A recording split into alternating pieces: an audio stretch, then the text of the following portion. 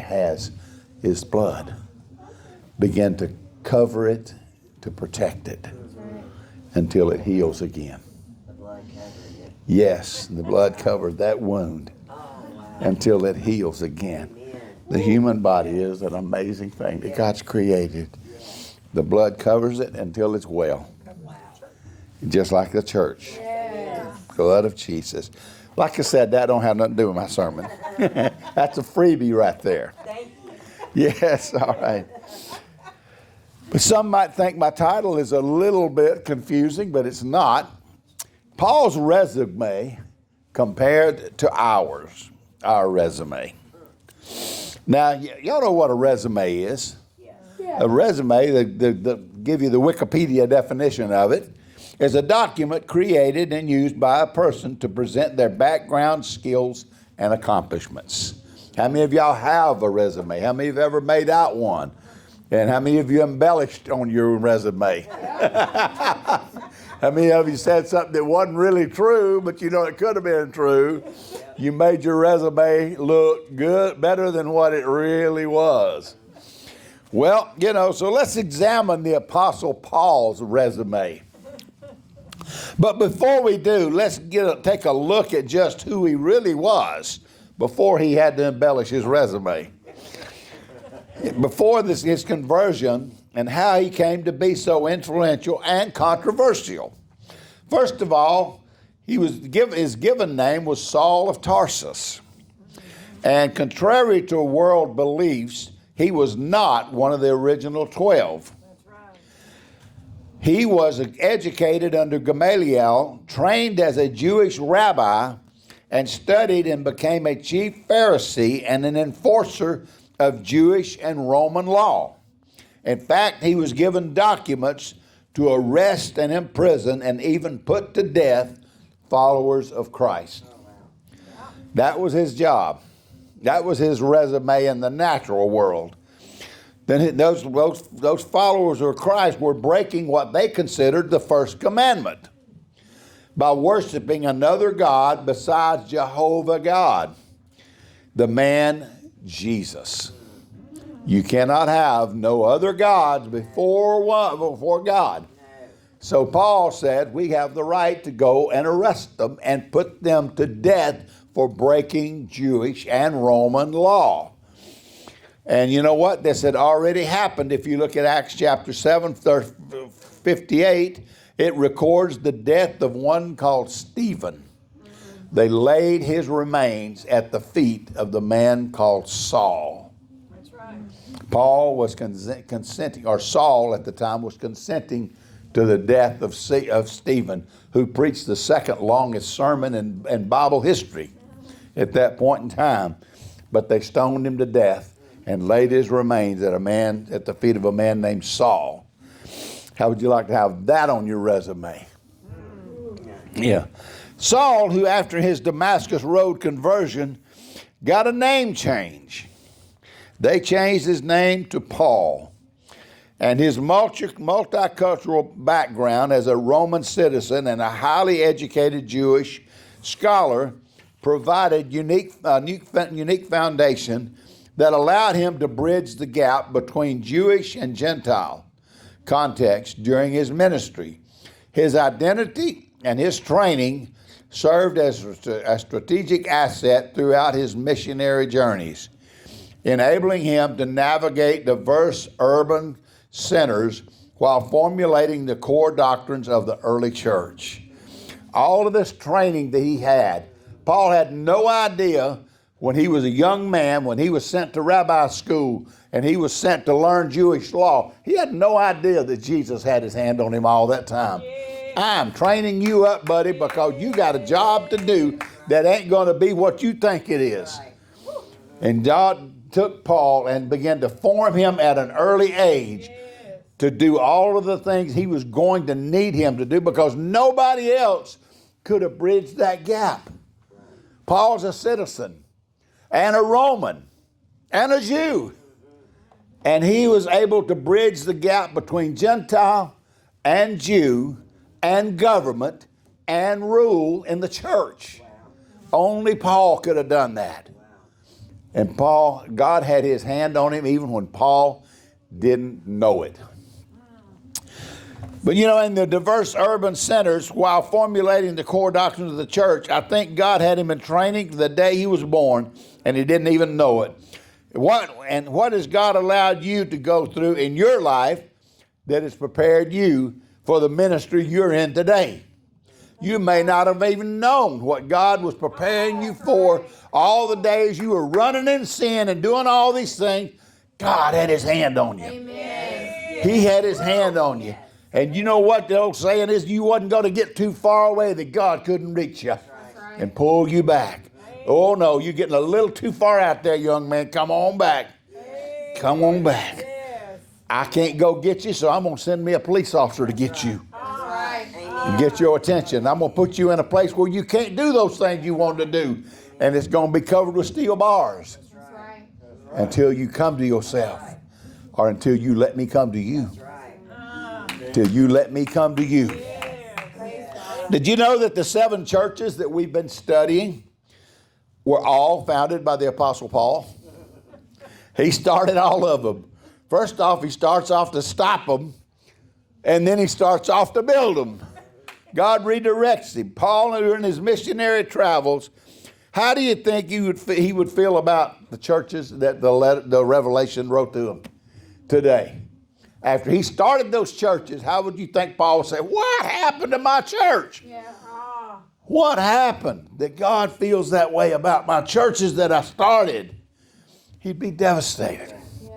Why? Because they all left their purpose. They left their first love. They left their goals. They left everything that Paul started in them. That's why sometimes I had a pastor tell me one time that he didn't want to go preach at this certain church. And I said, why not? He said, because they believe different than I do. And I know they're going to receive me when I walk in the door, but when I leave, they're going to leave what I taught them. Yeah. And I don't want to waste the time and the energy to start something that's not going to continue. And Paul might have looked at that way. If I'd have known all this, I'd have done things differently. But he didn't. He didn't. And you know, we've heard about, excuse me, maybe they're going to get that fixed up. We've heard about Paul's earthly resume. This was his natural things that he done. 2 Corinthians 11, 23 through 28 gives us his true spiritual resume when writing his second letter to the church of Corinth. Now, this is what you really want to sign on for when you pick a career. As they are ministers of Christ, Paul speaking to the church of Corinth, I speak as a fool. I am more in labor, more abundant, in stripes, and more in measure, in prison more frequently, and in death often. Yeah, I signed up for that. How is your resume? If your decision to follow Christ caused you anything that compares with that with Paul in your walk with God? From the Jews, 5 times I received 40 stripes minus 1. You know why they minus 1? So they can reserve the right to whip you again. If they ever give you 40, they can't whip you again. So they save 1 stripe so they can beat you some more. From the Jews, 5 times I received 40 stripes minus 1. 3 times I was beaten with rods. Once I was stoned. 3 times I was shipwrecked. A night and a day have I been in the deep. In the journeys often, in perils of waters, in perils of robbers, in perils of my own countrymen, in perils of Gentiles, in perils of the city, in perils in the wilderness, in perils in the sea, and in peril even in my own brethren. Never fully knowing who may turn on him or abandon him. As Pastor Chris spoke about last Sunday with Demas. Thought he had him so close. He set the stage for this because we know what Paul was doing. We knew which direction he was headed and all the company he had. But as one by one, they began to fall away. They realized when you see what he went through, Someone said, I didn't sign on for this. Oh, this ain't what God want me to do. Get out here in the cold, get beat, get rejected, get stones thrown at me, threaten my life. I didn't sign up for that. That can't be God. Paul could have said that at any time. Amen. That can't be God because I'm having to go through all this stuff. Come on. Can't be God. Come on. But it was.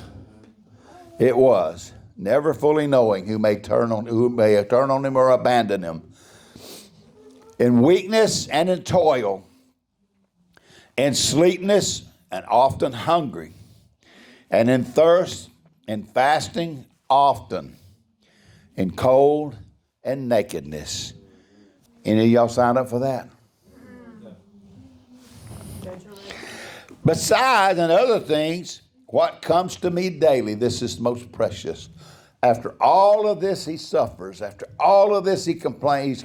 He's not really complaining, he's merely reporting as to what he's done. What comes to me daily is my deep concern for the church. All of that didn't matter. All the beatings, all the imprisonment, all the neglect, all the hunger, all the suffering. I'm worried about my church. I'm worried about my church. Not about his own well-being, not about his own health. There's a movie out there. It's a real slow kind of movie, but I encourage you to get it. And the title is a bit deceptive. It's called The Last Supper. And you'll think that it's a movie about the Last Supper, but it's not. It's about the Last Supper that Paul eats before they executed him. Wow. And leading up to that supper, the 2 Roman soldiers who were given charge of him, how that Paul won them to Jesus before they fed him his Last Supper. It's a great movie. I'd highly recommend watching it. I don't even know if it's still available or not. Besides other things, my deep concern is for the churches. Besides all his sufferings, Paul's deepest concern still the churches. He stated that he started above his own well-being. He's still worried about the church. How about us? How about us? Now that's Paul's resume. That might sound like, our resume might sound just like that, mightn't it? Let's compare our resume to Paul's. This is going to be fun. Okay, you might say to me, if you thought Paul had it rough with all these beatings and shipwreck, you should have been at my house yesterday when that bill collector called. It was awful. Yeah, okay. Paul was worried about being shipwrecked. You worried about a bill collector. If you thought it was rough when Paul faced them robbers and had his own countrymen turn against him, you should have been there when I was told that I couldn't share my faith at work. It was terrible. Poor you. Yeah. It was just awful. If you think it was bad when Paul was sleepless and hungry and cold and in the wilderness, you should have seen me when we ran out of coffee yesterday. I was in a panic. I couldn't go to work or church without my coffee. It was horrible. Paul, you don't know nothing, brother. When Paul was in chains and in bondage, I know just how he felt. I couldn't get that bedspread off of me last Sunday no matter what I done. It was terrible. Oh, I just passed right back out. Yes. And I know just how he felt, having been stripped naked and whipped like he was. I didn't have a thing to wear on my Saturday night date.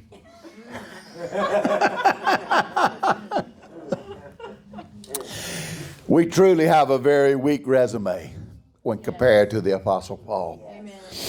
And to so many others who have paved the way for us today.